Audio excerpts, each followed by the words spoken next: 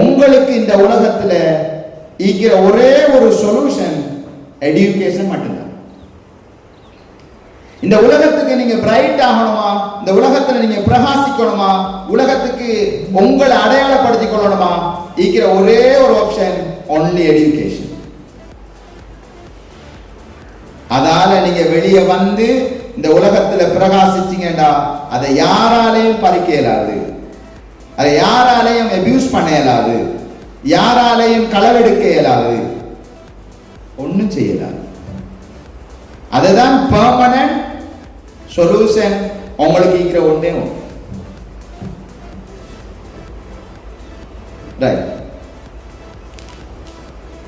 அப்ப அப்படி permanent solution அதுதான் வந்தா மட்டும்தான் ஒரு ஆள்கிட்ட முன்னுரிமை கல்விக்கு வரும்.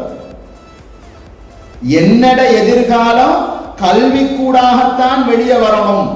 நான் ஒரு டாக்டராக, இன்ஜினியராக, லாயராக, ஒரு ப்ரொஃபஸராக. நேற்று ஒரு பிள்ளைகிட்ட கேட்டா அவனோட ட்ரீம் என்னமாண்டு, சின்ன பிள்ளை அவ சொன்னா நான் கலெக்டர் ஆகணும் சார். I appreciate. அது சின்ன நினைக்கிறேன் 2ஆம் ஆண்டுன்னு நினைக்கிறேன். அவட மனசுல அப்படி இருக்குது. டாக்டர் அப்துல் கலாம் சொல்ற மாதிரி கனவு காணுங்க. அந்த கனவுன்றது தூக்கத்துல வாரதல்ல, உங்களை தூங்க விடாமல் தடுக்கிறது. அப்படி ஒரு கனவு கண்டு எங்களோட லைஃபை நாங்க ஒழுங்குபடுத்திக் கொள்ள வேண்டிய பெரிய ஒரு தேவை இது. இவங்க எல்லாரையும் உங்களுக்கு தெரியும் இல்லையா? ஆப்பிள் ஸ்டீவ் ஜாப்ஸ் தெரியும், மைக்ரோசாஃப்ட் பில் கேட்ஸ் தெரியும், அதே மாதிரி ஃபேஸ்புக்கை கண்டுபிடிச்சவரை தெரியும். இந்த மாதிரி எத்தனையோ கண்டுபிடிச்ச ஆட்கள் உங்களுக்கு தெரியும். அவங்க எல்லாருடைய ஆரம்பம் நீங்க மாதிரி தான். சில நேரம் உங்களை விட இந்த பல்பை கண்டுபிடிச்சவர் நீங்க சரி ஸ்கூல்ல படிக்கிறீங்க, அவர் ஸ்கூல்ல படிக்கவும் தகுதி இல்லாத ஆள் வீட்டுக்கு கூட்டிட்டு போவோம் உங்களோட மகன் சொன்ன ஒரு ஆள் பல்பை கண்டுபிடிச்சவர். அவங்க எல்லாருக்கும் தெரியும் ஹிஸ்டரி. உம்மாட வளர்ப்பு, வழிகாட்டல். இன்றைக்கு உலகமே வெளிச்சத்தில் இருக்கிறதுக்கு அந்த ஸ்கூல்ல படிக்க லாயக்கு இல்லாத அந்த பிள்ளை தான் காரணமாய். எனவே அவங்க எல்லார்ட்டையும் இப்படி எத்தனையோ நூற்றுக்கணக்கான ஆற்றல் இருக்குது. அது எல்லாத்தையும் வெளியே கொண்டு வாங்க, அது எல்லாத்தையும் சரியா சேனல் பண்ணுங்க. எப்படி சும்மா தண்ணிய வாளியில ஊத்தி விட்டா அதுக்கு ஒரு பவர் இல்லைன்னு நினைக்கிறோம். அதே தண்ணி ஒரு சிறிய பட்டையால அடிச்சு பாருங்க, இரும்பையும் வெட்டலாம் அந்த தண்ணியால. பெரிய பெரிய இரும்பு கேடர்ஸ் தண்டவாளங்களை வெட்டுறதுக்கு வாள் இல்ல பாவிக்கிறது, தண்ணி தான். கூர்மையா மிக துல்லியமாக தண்ணிய இரும்புல அடிச்சா இரும்பு பாலம் 2ஆ பிளந்து போகும். அப்ப அது என்ன, அது சேனல் பண்ணும். என்னோட சக்தியை, என்னோட கவனத்தை, என்னோட ஆற்றலை எல்லாத்தையும் ஒரு சேனல் பண்ணி நான் வெல்லணும் என்ற அந்த இதுல விட்டு பாருங்க, நீங்க ஒவ்வொருத்தரும் சிங்கங்களா மாற. அவங்களோட ஃபீல்ட்ல, அவங்களோட மோரல்ல, அவங்களோட வேல்யூல, அவங்களோட ப்ரொடக்டிவிட்டியில, அவங்களோட ட்ரீம்ல எல்லாத்துலயும் நீங்க சக்சஸ். அப்ப இவங்க மாதிரி நாளை இந்த உலகம் பேசுற ஆட்களாக நாங்க ஒவ்வொருத்தரும் மாறேன். என்னோட மாற்றம் என்னோட கையில தங்கிக்குது, அது இன்னொரு ஆளோட கையில இல்லை. அதைத்தான் நீங்க எப்பவும் மறந்துடக்கூடாது. ரைட்? அவங்களோட பெற்றோரோட தியாகத்தை நினைச்சு பாருங்க. வீட்டுக்கு முன்னால செருப்பு கிடந்தா அந்த செருப்புல எந்த செருப்பு வாப்பாடு தெளிவா தெரியும். காரணம், அதுல விரல்கள் எல்லாம் பதிஞ்சி அந்த இடத்துல உள்ள கலர் எல்லாம் அழிஞ்சி ஓடாகி நெடுங்கி போய்க்கும் அந்த செருப்பு. சேற்றுல சேட்டுகள் கொழுவிருந்தா வாப்பாட சேட்டு எதுன்னு தெளிவா தெரியும்.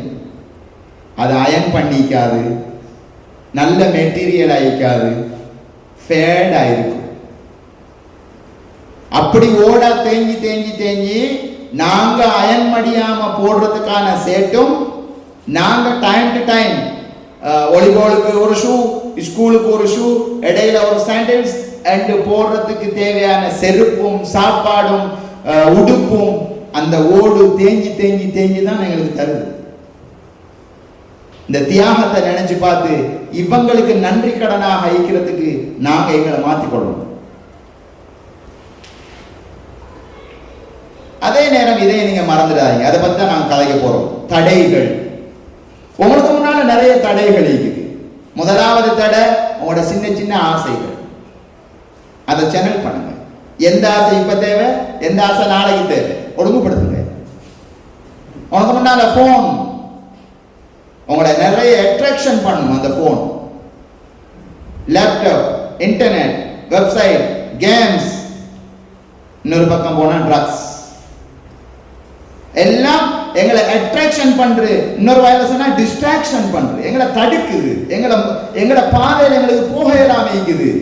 இப்படி போயிட்டு கேட்கல, இங்கிட்ட ஒரு ஆள் வந்து கூட்டிட்டு போயிடுறாரு, வா போவோம், இங்கிட்ட ஒரு ஆள் வந்து கூட்டிட்டு போயிடுறாரு, அங்கிட்ட ஒரு ஆள் வந்து கூட்டிட்டு போயிடுறாரு. இப்ப போக முடியுது இல்லை என்னோட இடத்துக்கு.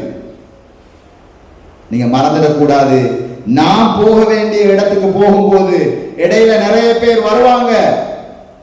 அவங்களுக்கு பின்னால நான் போகக்கூடாது, நான் போக வேண்டிய இடத்துக்கு போய் சேரும். அந்த நினைப்பு யார்கிட்ட இருக்கணும்? என்கிட்ட, அவங்ககிட்ட இருக்கணும்.